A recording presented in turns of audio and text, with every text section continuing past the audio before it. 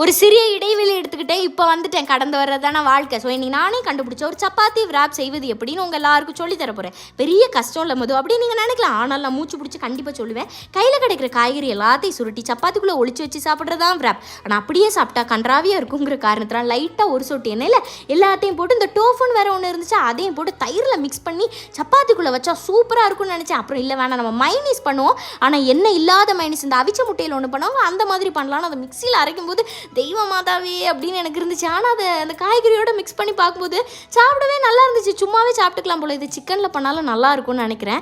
அப்புறம் எங்கள் ஊர் திருநெல்வேலி அந்த கவின் அவங்களுக்கு நடந்த அந்த விஷயத்தை பார்த்து எனக்கு ரொம்ப பாதிச்சுது.